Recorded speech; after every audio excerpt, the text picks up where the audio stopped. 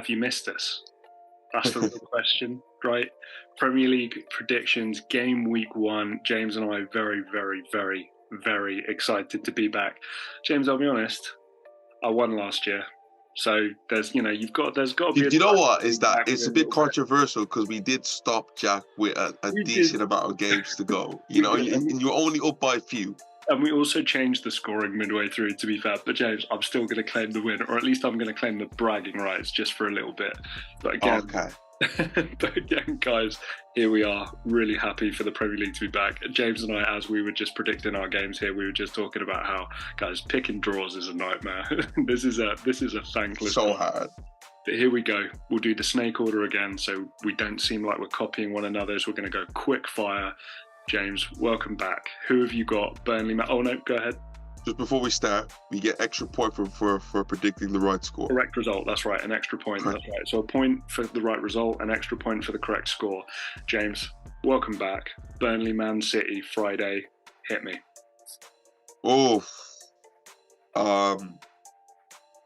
Vincent Kompany coming back to the team. Well, he's playing against Manchester City. It's at Burnley. Kompany versus Guardiola, protege versus Master. Burnley excited the championship last year, playing an unbelievable brand of football, kind of made up by Guardiola. Let me not lie to you there. So we're going to be seeing Man City almost playing it against themselves in a way. Obviously, the quality of player is a big thing there, but champions, and I like to think the champions do what champions do. So I'm going to say Manchester City will win the game in a tight affair, Jack. But they're gonna sneak it. I'm gonna say 2-1 Man City. Oh, damn it. Well, here we are. First similar result. I also, James, have 2-1 to Man City. Yeah, guys, this Burnley team is no joke. This is not Sean Dyche, Burnley, low block, Chris Wood and Ashley Barnes and all these kind of guys. This is a different animal now. This was the most goals scored in the championship last year, the least goals conceded, and a 64.6 average possession in the championship, which is an incredibly competitive league. Burnley in no slouches. And guys, I'm kind of doing a repeat of what I'd done in my Premier League table prediction. Guys, I got Burnley finishing 11th in the Premier League this year. If you listen to Gary Neville interview Vincent Kompany, I'm telling you, Vincent Kompany's not going to go, oh, we're in the Premier League, we need to start defending and trying to just get draws and just 1 goal margin wins. They're going to play their football. And we might be seeing kind of a Brighton repeat type thing going on here. The style clash is going to be interesting. The overall quality is going to win this game, which is why I do have Man City 2-1. I'm going again, James, the Arsenal. At the Emirates, at home, against a team that they're way, way better than. 3-0 Arsenal. I don't really have to do too much breaking down here. Forest have some nice players, some dangerous guys. Morgan Gibbs-White, Brennan Johnson, these kinds of players.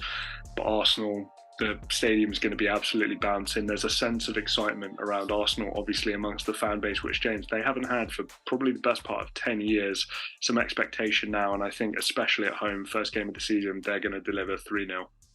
Early kickoff for Arsenal. I feel like the last few games that we've had at home, we've always seemed to concede. So I'm going to have us conceding, but still winning the game. I'm torn between 3-1 and 2-1. I'm going to give us a little bit of a cushion, Jack, and I'm going to say 3-1 Arsenal. James, we're going to stick at 3-1. Yeah. Bournemouth at home against West Ham. What have you got here, James? Bournemouth at home against West Ham. This game, Jack, just smells of a nice, lovely draw. West Ham haven't really added as much. Bournemouth last season, everybody tipped them to go down. They're probably a lot of people's favourites to go down this year. I see this being a 1-0 draw, Jack. 1-0 draw. James, I'm kind of high on Bournemouth this year. Not from a standpoint of like, oh, they're going to make Europa League. Like, no, well, let's not go crazy. But in the off-season, Iraola's come in. Some of the signings have very much fitted the way that he wants to play football. And the main reason I've got Bournemouth just pulling up a slight upset over West Ham. West Ham are still going to be in the midst of this transfer saga, replacing Declan Rice. Edson Alvarez probably won't be available. They've gotten a lot worse. And I just think at home, new manager, Bournemouth will have the juice to just win in a game of 2-1. That's what I'm going to stick with. Brighton versus Luton. James, I'm sorry. and this is me going to be pretty rude to Luton Town probably all year. Luton Town are not ready for the Premier League, and they're certainly not ready for an away trip to the Amex Stadium to play Brighton, who've just signed João Pedro, and I think they've just got Kudus as well from Ajax, Zerbi. Guys, Brighton are no joke, and they're solidifying themselves as this kind of best of the rest outside the kind of really top strong teams in the league. So Brighton 3-0 is what I'm sticking with here. Who have you got in that? Jack, the awkward thing about it is that I'm just like you. I like to think that teams can get that little, like, you know, that championship bounce, but I just, against a Brighton team that's been rumped last season, I got 3-0, Jack. Yeah. James, sticking with you, Everton versus Fulham. What have you got in this one? Fulham have had a tough year, you know. What's going on with Mitrovic, Williams, the thing about the Saudi Arabia stuff seems to be going there. Everton had a tough season. This game, I felt a draw was going to be the result, but Jack, I'm going to say 1-0 Everton, Jack. Just feel like Everton would just dig it. I got 1-1. I am going to go with the draw on this one. Again, I do think Marco Silva turning down Saudi Arabia is huge. I think there's going to be a real unity in this squad. But James, we can't forget the elephant in the room. Mitrovic has had his head turned. Mitrovic doesn't want to be there. He wants to go make his money in Saudi Arabia, and a 32-year-old injury-prone Raul Jimenez is not the answer. So goal output for Fulham is not going to be there, but I do think they'll have enough to do something against this quite weak Everton team. So I am going to go with 1-1 there. Sheffield United versus Palace. Again, kind of an ugly looking game. It's Roy Hodgson though, James. I think Roy Hodgson does the things well. He's never going to do amazing, but he's never going to mess up. So I just think against quite a weak Sheffield United, as much as they'll be excited to be back in the Premier League, somebody like Eze is going to light something up, and I'm going 1-0 for Palace. What have you got in that one? Palace versus Wilfred Zaha is going to be very interesting to see, but this game to me, especially Crystal Palace, Roy Hodgson, I just see it being quite tame in the first game, so I'm going to say 0-0. First 0-0 game of the season. First 0-0 game of the season. James, two of the teams who are really trying to break the European mould here a little bit. I've been very impressed with the summer of Newcastle United and Aston Villa. Who do you have in that one? Again, Jack, both teams have been, you know, had a good summer, but especially Aston Villa, they've been killing it. I find it hard to split them, Jack. I think if it was at Villa Park, I would have said Aston Villa win. But I'm gonna sit on the fence here. I'm gonna say 2-2, Jack. Again, sitting on the fence again. I'm gonna say 2-2. There's definitely gonna be goals in the game. I got 2-1. Yeah, look, again, I'm kind of with you. If this is at Villa, we're having a different conversation. But where Villa are kind of weak at the moment is fullback. And we know one of the strengths that Newcastle have at the moment is out wide. So I do look at the likes of Isak, especially playing on that left wing against somebody like Matty Cash. I think Luca Digne is going to have to start at right back as well. So again, I do think Newcastle at home are going to be able to get at Villa. And again, James, Sandro Tonali, Bruno Guimaraes recycling possession, Callum Wilson maybe still hot on form. It's going to be interesting because obviously Unai Emery's no slouch. So it'll be an interesting game. I do have Newcastle just pipping it by 1 goal. Brentford Spurs. I have no idea what's going to happen here, James. I'm not going to lie. This is kind of a shot in the dark for me, I've got to be honest. And Brentford... I'm just like you. Yeah, Brentford, just because they're at home, they always play so much better at home than they do away from home. Spurs, I don't know what's going to be expected. I think the fan base is kind of irritated at the moment with the whole Kane situation. The signings have been a bit underwhelming. Taremi is supposedly being negotiated for from the Iranian guy, I believe, from Porto. Is that the Harry Kane replacement? We don't know. I just think Brentford might catch Tottenham napping a little bit. It's a new style under Ange Postecoglou. I do like Ange Postecoglou, and I think he's going to make Spurs a very likeable team. But I've got to be honest, I got Brentford 2-0 in this one. I think it's going to be a shaky start for Spurs this year. I can see a Harry Kane goal, maybe a swan song goal. We never know. But Jack, I'm just like you right now. I don't know what to expect from Tottenham. There might be a game that they come in and they absolutely bounce Brentford out of it. Ivan Toney misses massive for them, but they're going to have to get used to that. But I could see them, you know, taking the result. Jack, they had an amazing record at home, especially against the top teams. So I'm going to say Brentford win 2-1. James, one of the most predictable results in Premier League football is Chelsea versus Liverpool. Are you going to go for the predictable result, or are you going to mess it up a little bit? But I think the last 4 or 5 games have been all 0-0 draws and finals.